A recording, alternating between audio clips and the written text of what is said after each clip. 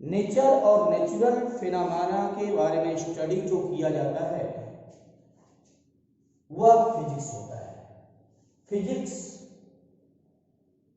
का जो हम स्टडी करेंगे या फिजिक्स जो वर्ड आया, जैसे कल हमने बताया था आपको कि साइंस वर्ड जो हुआ था वह प्रोड्यूस हुआ था, लैटिन वर्ड था फ्यूसिस, लैटिन वर्ड था सेंटियम, but physics comes from the Greek word physis. Physis means nature.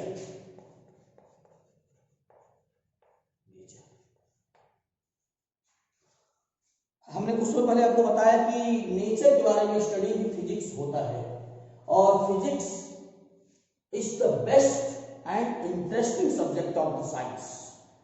Science का यह इंटरेस्टिंग सब्जेक्ट है और सबसे बढ़िया सब्जेक्ट है। अदर साइंस के लिए मैं नहीं कहता कि साइंस खराब है, साइंस बढ़िया सब्जेक्ट है, लेकिन जो फिजिक्स है यह बहुत ही इंटरेस्टिंग है। इसका बेसिक कंसेप्ट अगर आप क्लियर करते हुए आगे बढ़ते हैं तो सबसे ज्यादा इंटरेस्ट आपको फिजिक्स में आएगा। सबसे इजी है, इससे इजी कोई सब्जेक्ट नहीं आपको मिलेगा, फिजिक्स से भी कोई सब्जेक्ट है ही। तो जो फिजिक्स था, फिजिक्स के बारे में आपने जान लिया।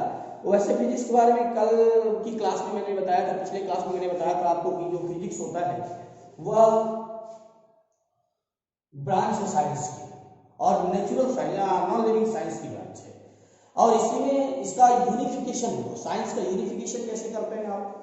इसको हम कई तरह से इसका एकीकरण करते हैं, यूनिफिकेशन करते हैं। तो पहला होता है लॉ ऑफ यूनिफिकेशन। क्या है? जैसे ग्रेविटेशनल लॉ है, रिडक्शन है, यूनिफिकेशन होता है और रिडक्शन होता है। यूनिफिकेशन में हम किसी बड़ी चीज को किसी एक लॉ से कई चीजों के बारे में समझा सकता है, जैसे falling the apple, motion of the revolution, इन सब के बारे में स्टडी जो आप करेंगे वो यूनिफिकेशन में आएगा। जैसे ग्रेविटेशनल लॉ के इंटीरियर है, ग्रेविटेशनल लॉ के अंतर्गत जो आप पढ़ेंगे वह लॉ एक है लेकिन लागू होता है। जैसे आप बता दें एप्पल फॉल किया अर्थ पे, तो यह क्या है? एप्पल का फॉल करना ग्रेविटेशन है। आप अर्थ मोशन करता है तो अर्थ और सन के बीच कौन सा फोर्स अप्लाई हो रहा है? ग्रेविटेशनल फोर्स है। तो इन सभी के कई चीजों के बारे में स्टडी करने के लिए एक लॉ का यूज किया जाता है, तो ये से कहते हैं यूनिफिकेशन। और किसी बड़ी चीज को बना देना एक लॉ में यूनिफिकेशन है, और किसी एक लॉ द्वारा बड़ी चीजों का स्टडी कर देना ही यूनिफिकेशन कहलाता है। आप इस वर्ड को कर सकते हैं। फिजिक्स का पूरा स्टडी करने के लिए हम इसे दो पार्ट्स में डिवाइड कर देते हैं। नंबर एक होता है मैक्रोस्कोपी,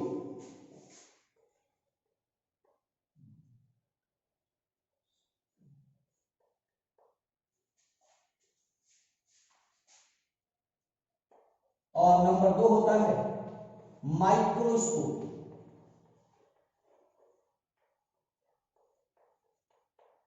मैक्रोस्कोपी और माइक्रोस्कोपी दो पार्ट्स में फिजिक्स को डिवाइड करके आप स्टडी करते हैं। मैक्रोस्कोपी में जब स्टडी करना होता है तो मैक्रोस्कोपी के हम चार ब्रांच बनाते हैं। नंबर एक तो होता है, जो पहली ब्रांच बनाते हैं मैक्रोस्कोपी में, वो पहला होता है मैकेनिक्स।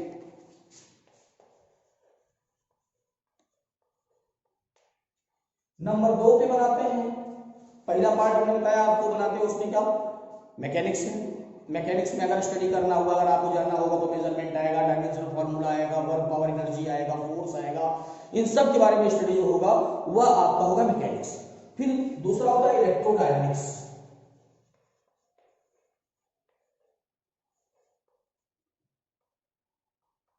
इलेक्ट्रोडायनेमिक्स नंबर तीन पे अगर आते हैं आप, अगर पहला नंबर आ गया, दूसरा आ गया, तीसरा होता है ऑप्टिक्स। ऑप्टिक्स मैकेनिक्स पढ़ते हैं, इलेक्ट्रोडायनेमिक्स पढ़ते हैं, आप ऑप्टिक्स पढ़ लेते हैं, ऑप्टिक्स के बाद पढ़ लेते हैं चौथा इसका पार्ट होता है थर्मोडायनेमिक्स।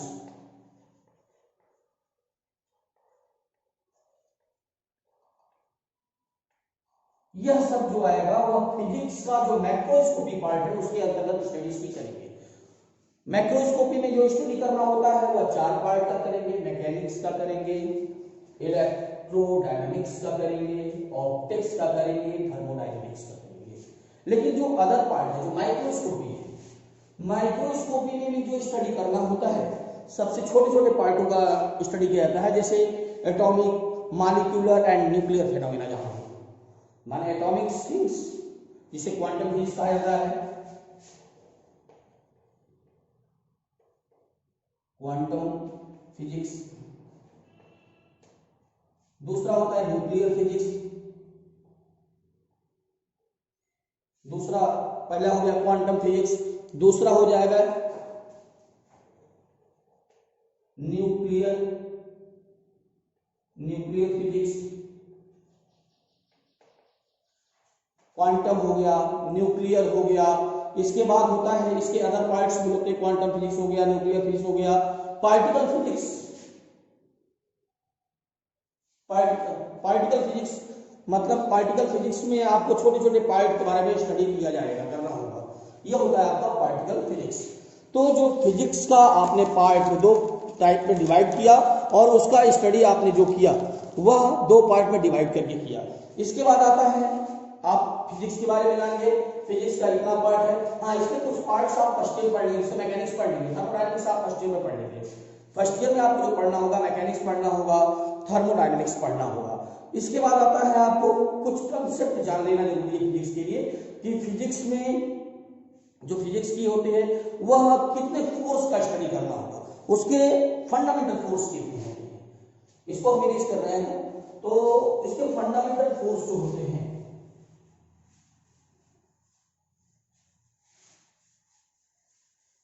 फिजिक्स के बारे में आप जो पहला चैप्टर पढ़ रहे हैं, इसमें हम फंडामेंटल फोर्स की बात करने चल रहे हैं। Fundamental force,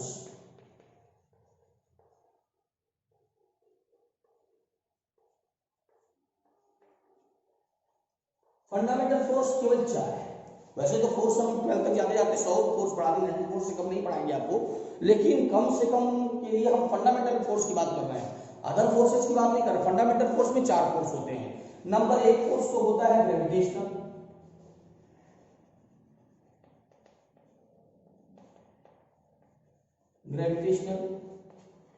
force. अब आपके मन में एक प्रश्न आया होगा, what is gravitational? Gravitational sir आप बार बार ग्रेविटेशनल कर रहे हैं, ग्रेविटेशनल कर रहे हैं, बड़ा इंटरेस्टिंग चैप्टर है ग्रेविटेशनल। यह न्यूटन जी को महान बना दिया। जो न्यूटन है, जिन्हें आप मैकेनिक्स के फादर कह सकते हैं, न्यूटन जी को, उन्होंने उनको यही लगा, फादर ऑफ मैकेनिक्स बना दिया। अब क्या है ग्रेविटेशनल लॉ? जनरली अगर हम समझें तो ग्रेविटेशनल लॉ होता है कि प्रत्येक बॉडी को अपनी तरफ अट्रैक्ट करती है।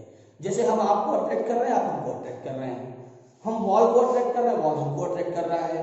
तो यह ग्रेविटेशनल फोर्स है, माने कि दो बॉडी के बीच अप्लाई होने वाला फोर्स जो होता है वह फोर्स होता है ग्रेविटेशनल फोर्स। यह लॉन्ग रेंज का होता है, इसकी रेंज जो होती है, इसकी रेंज जो होती है लॉन्ग होती है।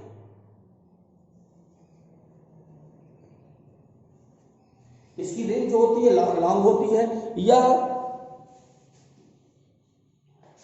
कंजर्वेटिव होता है।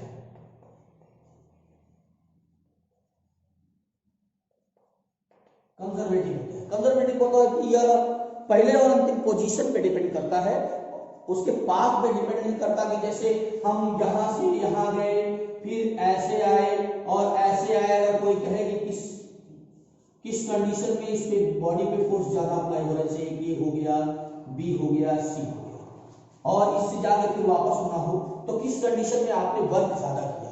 तो यह कंडीशन पाथ पे डिपेंड नहीं करता, यह डिपेंड इस बात पे करता है पहली सिचुएशन क्या है और अंतिम सिचुएशन क्या है, इस पे। ये से कहते हैं कंजर्वेटिव फोर्स होता है। यह बहुत वीकेस्ट फोर्स होता है और सेंट्रल फोर्स होता है। वीकेस्ट फोर्स है और सेंट्रल फोर्स है, ग्रेविटेशनल फोर्स कहलाता है। वैसे अभी हमने इसका पूरा डिसाइड, आपको पूरा नहीं डिस्क्रिप्शन इसका किया मैंने, वैसे हल्के में देख लीजिए फिर क्या होता है ग्रेविटेशनल फोर्स। ग्रेविटेशनल लॉ से भी बना, किसी दो आप सिंपली जानते रहो, अभी आपको एक चैप्टर पूरा मिलेगा लास्ट में, इसी फर्स्ट पार्ट का एनसीईआरटी बुक में दिया भी होगा। ग्रेविटेशनल फोर्स होता है कि when two body separated some distance then apply the attraction force, only one attraction. Gravitational force only one attraction force. Gravitational force में सिर्फ और सिर्फ अट्रैक्शन होता है। तो आप कहेंगे when two body separated some distance then apply the attraction और repulsion force is directly proportional to the product of mass and inversely proportional to the square of distance. वैसे आपको घबराने की इसकी जरूरत नहीं है, यह एक अलग चैप्टर आपको हम पढ़ाएंगे, पूरा इंपॉर्टेंट है। तो यह हुआ पहला फोर्स था फंडामेंटल फोर्स में, ग्रेविटेशनल फोर्स। ग्रेविटेशनल फोर्स के बारे में कुछ तो आप समझ गए होंगे। यह है ग्रेविटेशनल फोर्स, जिसके बारे में न्यूटन जी ने बताया था। और इसी से रिलेटेड दूसरा फोर्स भी आता है, वो कूलॉम्स लॉ है। ग्रेविटेशनल लॉ से भी रिलेटेड है यह लॉ, मैंने बताया ग्रेविटेशनल लॉ है। और ग्रेविटेशनल फोर्स होता है दो बॉडी के बीच अप्लाई होने वाला फोर्स होता है। यह फंडामेंटल पहला फोर्स था। दूसरा फंडामेंटल फोर्स होता है इलेक्ट्रोमैग्नेटिक फोर्स। यह भी फंडामेंटल फोर्स है। दूसरा फोर्स है इलेक्ट्रोमैग्नेटिक फोर्स। अब इलेक्ट्रोमैग्नेटिक फोर्स क्या होता है? यह बहुत ही लॉन्गेस्ट रेंज का फोर्स होता है। यह भी लॉन्गेस्ट रेंज का फोर्स है, लॉन्गेस्ट रेंज फोर्स है। यह भी कंजर्वेटिव होता है और इसमें अट्रैक्शन और रिपल्शन दोनों होता है। इसे कहते हैं कौन सा फोर्स? Conservative force. इसे कहते हैं इलेक्ट्रोमैग्नेटिक फोर्स। नंबर 2 होता है स्ट्रॉन्ग। नंबर 3 पे आएंगे स्ट्रॉन्ग न्यूक्लियर फोर्स।